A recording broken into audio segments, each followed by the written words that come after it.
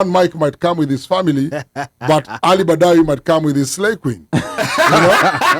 So hold on. Please, repeat that again. So sorry, no, never mind. Yeah, so and sometimes we forget. Yeah. Like these kids sneak in on the other side.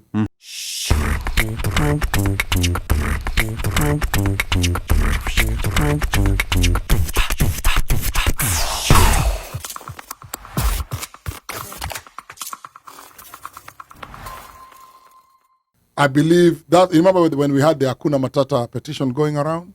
Yes.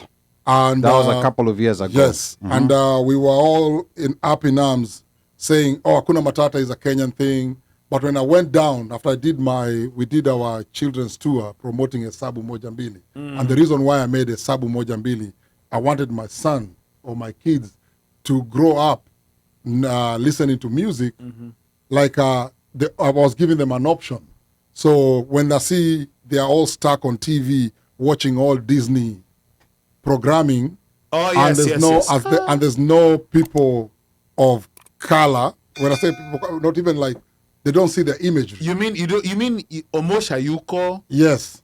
Ali Ayuko, you know. Yeah, because and when you look at most of those things, Omosh.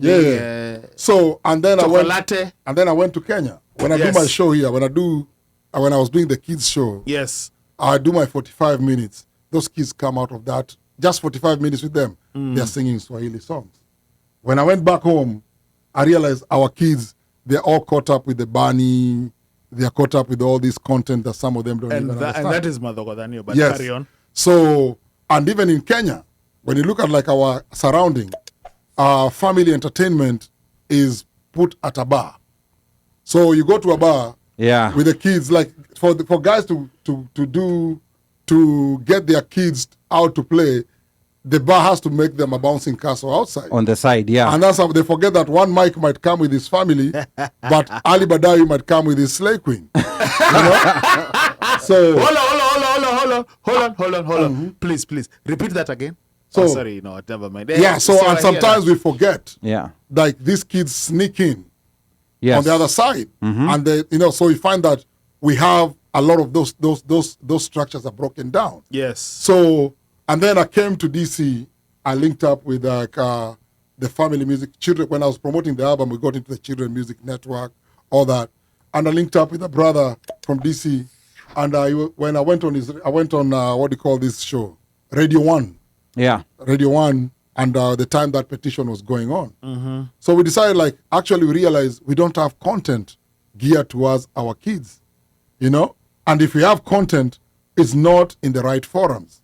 So we got together, and he had a network of these amazing black artists who do family music, you know? So we got together and I realized the mission was the same. They wanted to diversify that scene, you know? Because most of the time what we see what Hollywood gives us, you know? And the characters, you look at, like I gave you an example, Latin America, Dora the Explorer, that's a story from Latin America, you know? Watoto wangu we, that's a Swahili story, Simba na nani.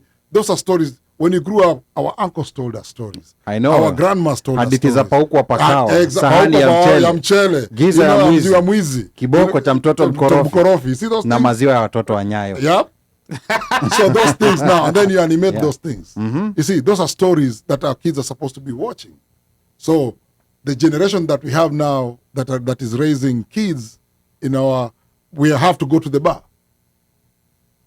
Just tell me any place in Kenya that is just for kids alone, where parents can go just chill with the kids and play with the kids. So you see, here's the interesting thing. In DC, Capital One Arena, they were hosting, I think it was a couple of weeks ago, they have these events, like these movies that they do, these Disney movies.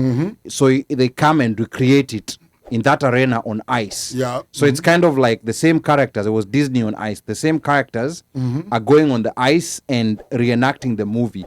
And so many parents and their kids were out there, like attending those events. And they're enjoying it, both there with them, with their kids. Both parents and kids are enjoying. So we don't need to have a bar to get OneMic out of the house to come play with his son. And you see, another problem with those bar settings, because Sisi Waislamu especially, we are very sensitive to that. We are totally cut out. You know, weke kids entertainment in a bar setting, you've totally cut us out. You know, like no one is taking their kids over there. So there's no proper places, you know, like where parents and kids can go, you know, like as you said, imambo kweka bar alafu like a bouncing castle on the side. Yeah. That doesn't cut it. And then the content, even now, now the digital era, the virtual, they're putting them on TV, watching all that stuff, and you realize, like, no, even when I was raising my kids, I never wanted them to watch that stuff. I realized I'm an artist. Let me create something that they can watch. Yeah. That's why even the album itself, it features my son. You know, I did some songs with him, you know, and I was like trying to make sure, like, yo, I cannot be teaching American kids all this African content, and then I come to my country, I'm seeing my kids are stuck on Bunny and all this old stuff from Disney and all this stuff. Yeah. So, and then when I linked up with these guys, I realized they also have the same problem. Black family music artists are not seen, you know? So we came together, put up this incredible album. Was produced by Aaron Nagel-Smith and Amelia. And then Tough Gong distributed the album, you know? So, and we happened to get nominated, you know, for this category, the Best Children's Music category, which is, to me, I feel proud because we came in with the same things that we stand for. I told you I'm an activist, right? So the diversity, when the Black Lives Matter thing was going on, Yes. we had to diversify a lot of things. I remember. And the first thing was to become a voting member of the Grammys. Okay. So the goal of this project wasn't even Grammy or anything. It was just to bring diversity. So the to that Grammy just category. happened. Just happened because they saw the effort of and it's great music too, you know. And for the first time, they've seen the category with so many people of color, you know. So we got nominated, but the biggest thing is, like, even our first breakthrough when it came to America was through Mr. Rogers' Neighborhood. I you know? remember that. So And for Yeah, most yeah, guys- and I've watched those videos that you guys so did. you see, so, and to me, I'm a person who believes so much with when I see an imagery, I'd like to see also the imagery of myself in most of these things. People are complaining about the Oscars to be diversified, all that stuff, inclusion everywhere. And you see, part of the reason why I think movies like Black Panther was so huge, not only within the black community, Yes. but across the board, is that even these people who are so used to seeing the white people, who are so used to seeing themselves in these representations, they're also curious, you know, like what's happening The on this stories, other side. there are different stories. Yeah, Yeah. they're also curious about these other stories, and they want to know them. And that's the reason why people flocked the movie theaters to come watch Black Panther. Yeah. You know, and there's this other movie that came recently. It's based in Latin America. I don't know. It's called Encanta. I can't remember the name, but it's quite, you know, it's a musical. But very Latin America You see? setting, you know, like the family setting, the culture, even the food that's It's in important. there. Yeah. And even you can tell, even Hollywood, when Hollywood does these Kenyan or these African stories, you can tell, I can tell it's a white man playing guitar, That's right. you know, because we are not seen in those arenas.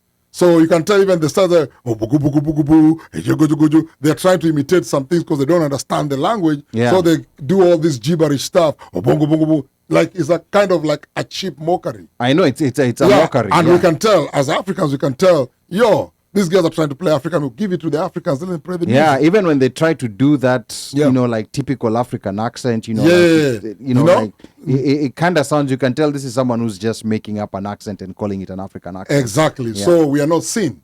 So we decided we have to be part of this situation. I happen to be lucky enough, 2021, I happen to be a voting member in the Grammys. And most of the guys basically in the crew are also voting members. So I get to decide, you know. I realize why sometimes we complain, but we don't know how the system works. You get my point? So when you know how the system works, you have to be part of that. So some of these guys when they're voting for all these guys, they don't know anything outside that circle.